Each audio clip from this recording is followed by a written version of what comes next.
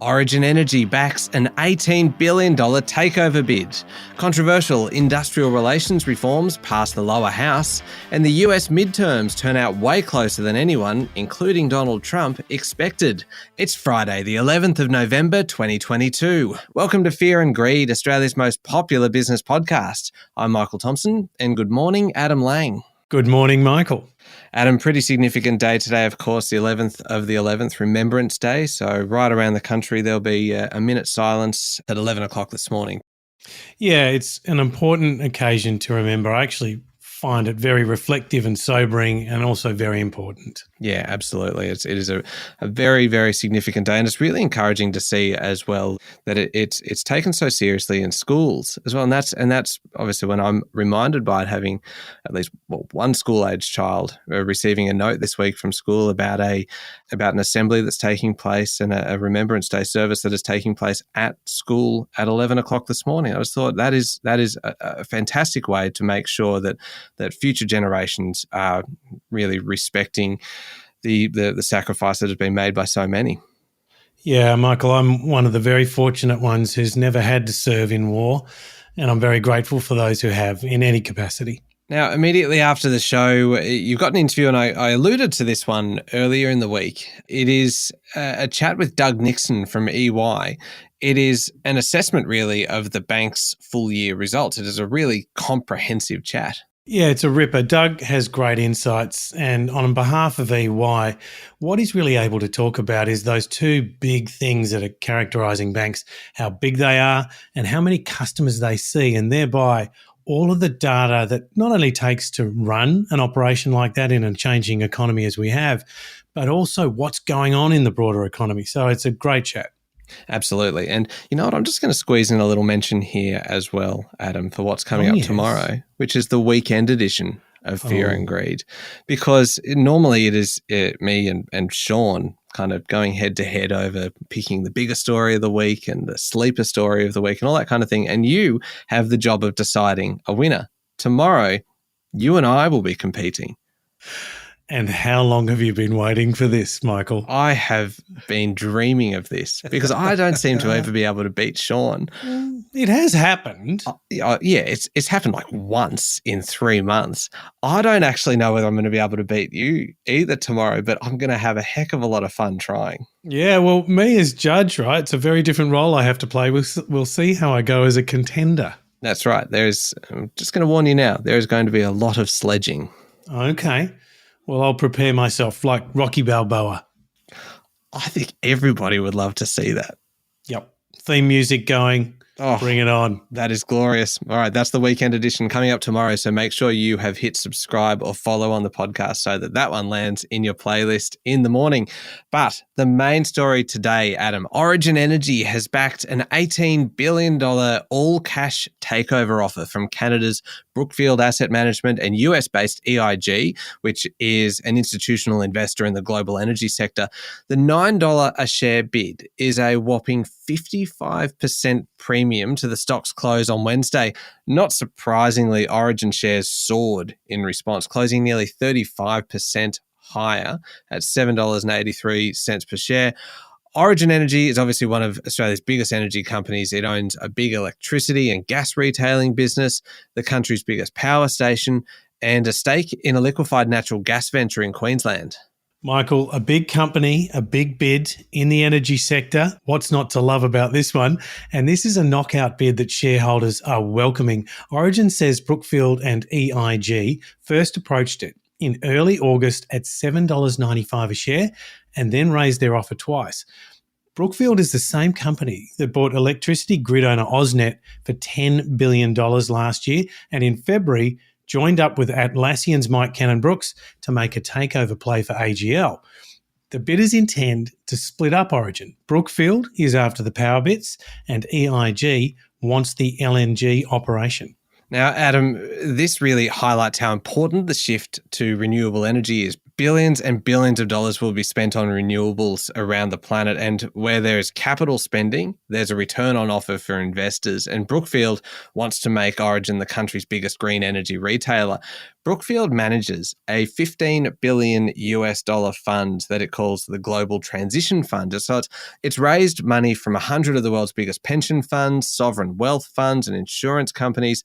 And it has a mantra of funding the worst carbon polluters in the world in their journey to become cleaner. Of course, they also plan to make $1 for investors on the way. The deal also highlights how important LNG is going to be to the energy transition. Ever since Russia cut gas supplies to Europe, LNG has become a vital commodity. Origin CEO Frank Calabria says the deal shows that Origin, quote, is in a strong position to lead the energy transition. Yes, Michael, and this blockbuster offer, there's still a long way to go before the deal concludes and shareholders see their money. For starters, there may be competition concerns. If Brookfield buys Origin, it would then own production, transmission, generation and retail assets in Australia, and that's a combination that the ACCC might query. The Foreign Investment Review Board will also take a look, and this will all happen against a heated political debate about the price of gas in Australia.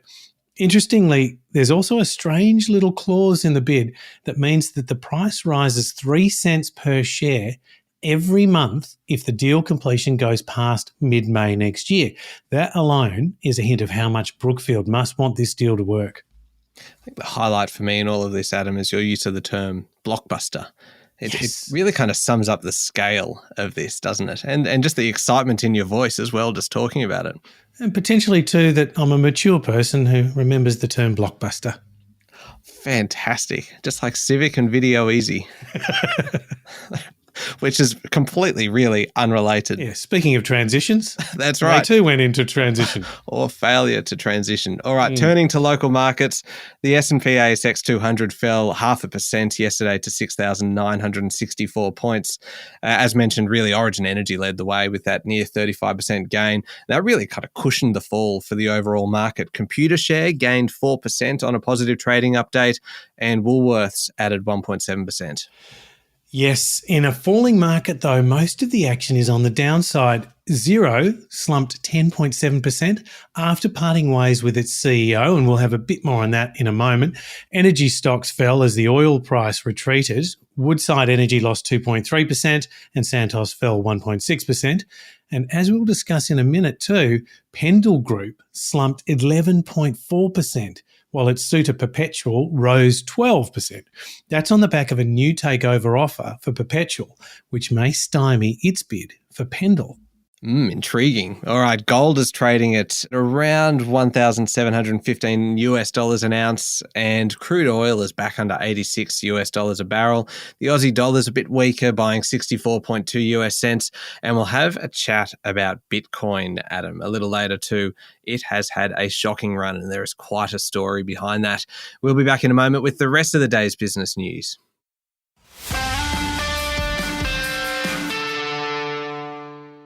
Adam, the federal government's controversial industrial relations legislation has passed the lower house. This is the bill that introduces multi-employer bargaining, essentially that gives the unions the right to negotiate across multiple employers at the same time. Clearly, business doesn't like the idea. They say multi-employer bargaining will mean industry-wide strikes. Unions are pretty excited about it because it lifts their power essentially to force through wage rises. Yes, Michael, but it's not law yet. It still needs to pass the Senate, where the government does not have control. But even in the lower house, there have been a stream of amendments to the bill, and you'd expect it will be amended again before it has any chance of passing through the Senate and becoming law. Now, Adam, as you mentioned before, there are some fascinating goings-on at Perpetual, which yesterday rejected a new higher $33 a share takeover bid from Regal and its partner private equity fund BPEA EQT. At the same time, Perpetual asked its own takeover target, Pendal Group, if it could delay their merger so it has some more time to think things over. This is fascinating. It really is. So let me try to set the stage a little bit on this one. Perpetual is a fund manager. That means it invests money mainly on behalf of super funds and insurance companies. It has an agreed deal to merge with fellow fund manager Pendal Group that will make the combined company one of Australia's biggest money managers. So far, so good. But that's when things start to get a little bit complicated. Perpetual itself is now the subject of a takeover offer from a third fund manager, Regal, and a private equity firm, BPEA. They are trying to stop its deal with Pendal and break up the business for themselves. Perpetual did ask for an extension, and Pendal gave them 1 day. That's quite an extension. Yeah, generous. Its view is that a deal is a deal, and Perpetual has no right to walk away from their merger. So this is where this three-way battle can get a bit messy. Regal and BPEA are offering Perpetual shareholders cash. The alternative is an all-shares merger with an uncertain valuation in a choppy share market. Popcorn aside from this sideshow, at the core is a serious debate about the Perpetual board's fiduciary duty to do what's best for its shareholders.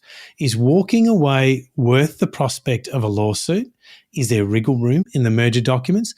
The lawyers must be having a field day in going through this. It's complicated and there's still a bit more to go. I'll tell you what, after a bit of a dry spell in M&A activity for a while, goodness me. Game on. This is a spectator sport, this one. Isn't it? And Sean's away.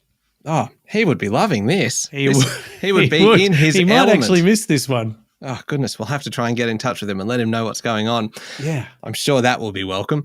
Now, Adam, yesterday was a big day for annual general meetings. I think it's probably easiest if we just take a look at a few of the highlights because there were actually a few. So Nine says things are looking up for its TV, newspaper and radio business. Chief Executive Mike Sneesby told shareholders at its AGM that first half operating performance was broadly in line with expectations, but the housing market weakness that Domain spoke of yesterday meant earnings would be at the lower end of its forecast. And one of Sean's favourite companies, Breville, says it has all of the inventory it needs for Christmas, despite COVID shutdowns affecting its Chinese factories. Significantly, CEO Jim Clayton told shareholders at the annual general meeting that the supply chain is becoming more predictable and input costs are trending down. So that's good news.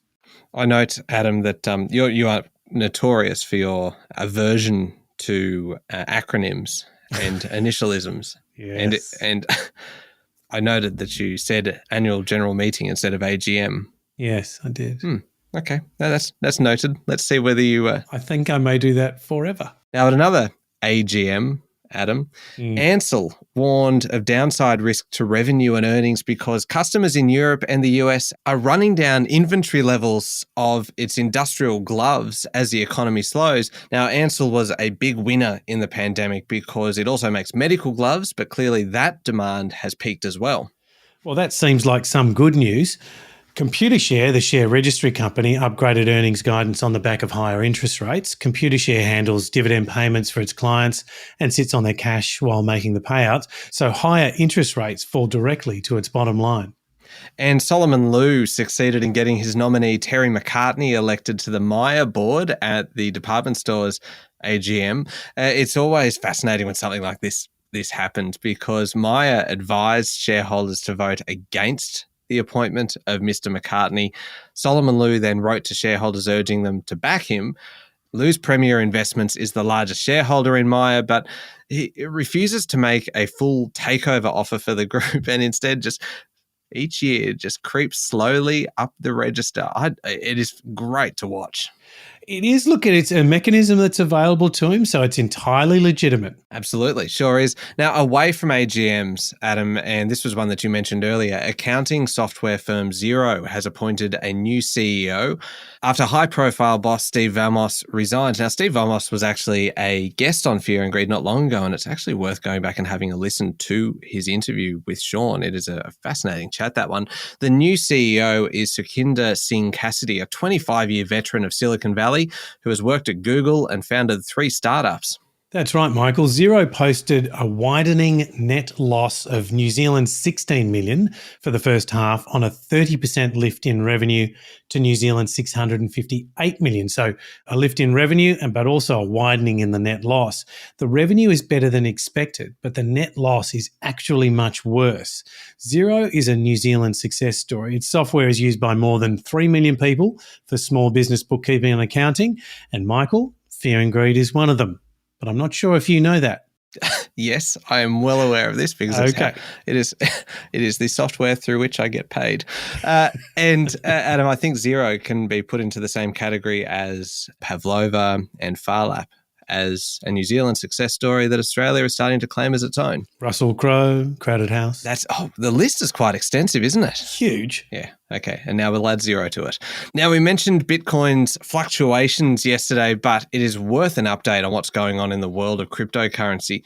Bitcoin has been crunched this week from more than 20,000 US dollars down to below 17,000 US.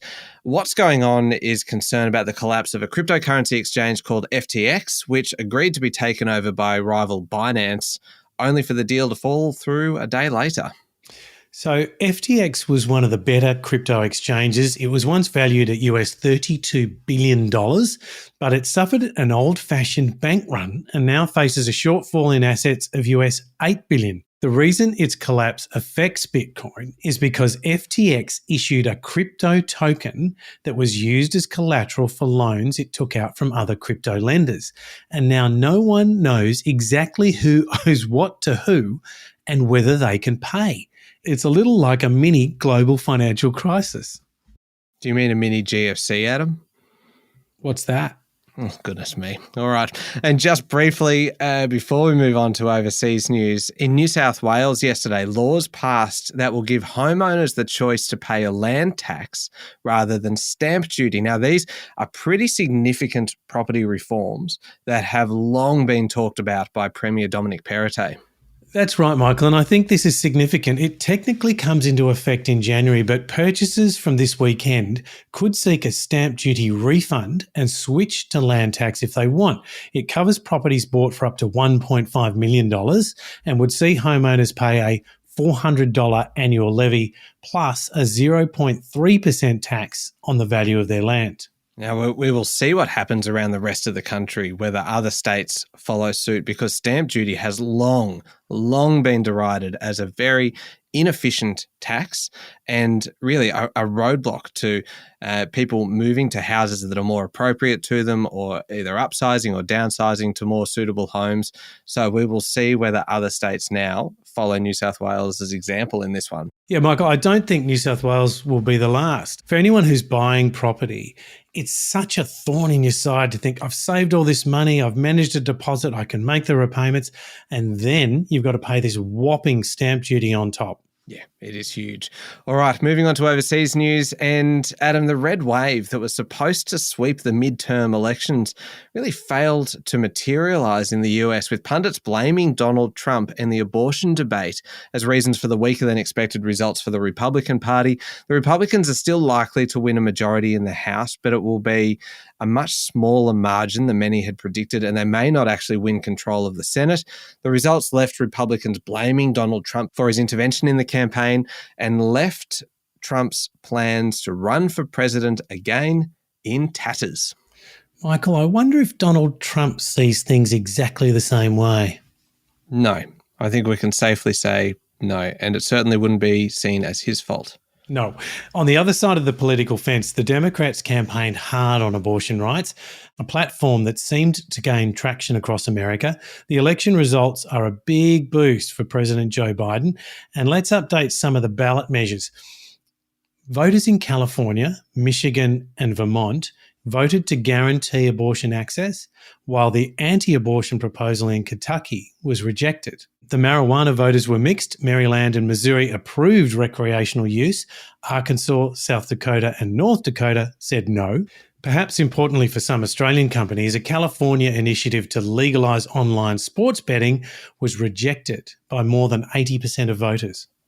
Adam, Facebook's parent company, Meta Platforms, has detailed plans to fire more than 11,000 people, or 13% of its staff. It is the first restructuring ever for Meta as it struggles to cope with a falling market for digital advertising and a plunging share price. It is not, though, the only tech company to be tightening the belt this year. Amazon, Intel, Apple, Alphabet have all said they are sharpening control of costs. And of course, Twitter fired half of its staff last weekend. That's right, Michael. And this is drastic in the sector. Meta CEO Mark Zuckerberg says staff across the business will be affected, and it's also reducing office space, moving to desk sharing, and extending a hiring freeze. He says he mistakenly assumed the strong online activity during the pandemic would continue. He said, quote, "I got this wrong, and I take responsibility for that." End of quote. As we've reported previously, Meta shares have fallen more than 70% this year. Partly that's the economy, partly it's competition from TikTok and others, but it's also Zuckerberg's spending on his metaverse products that are failing to yet get traction with users. And just quickly, Adam, I mentioned Amazon before. It actually reached an unwanted milestone this week. The world's first public company to lose $1 trillion in market value. Following a real sell-off in the stock this year, it's been hit hard by inflation with some disappointing earnings updates. But God, what a milestone to lose $1 trillion in market value. Amazon is staggering in scale, and as is that drop in market value, over $1 trillion. Yeah, extraordinary. All right, up next is the Fear and Greed Daily interview. And today, Adam is speaking with Doug Nixon from EY, all about the banking sector. Yeah, and look, as we've talked a lot about how big the banks are, the data they see, but also the complicated environment that they're having to navigate in increasing interest rates, increasing inflation, lots of change in the market, and the skills that they need to keep operating successfully, as well as what they're seeing across the economy in Australia. Yeah, Doug knows the space so well. It's a really good chat. It's coming up next in the Fear and Greed playlist on your podcast platform or at fearandgreed.com.au. Thank you, Adam. Thank you, Michael. It's Friday, the 11th of November, 2022. Make sure you're following the podcast and join us online on LinkedIn, Instagram, Twitter, and Facebook. I'm Michael Thompson, and that was Fear and Greed. Have a great day.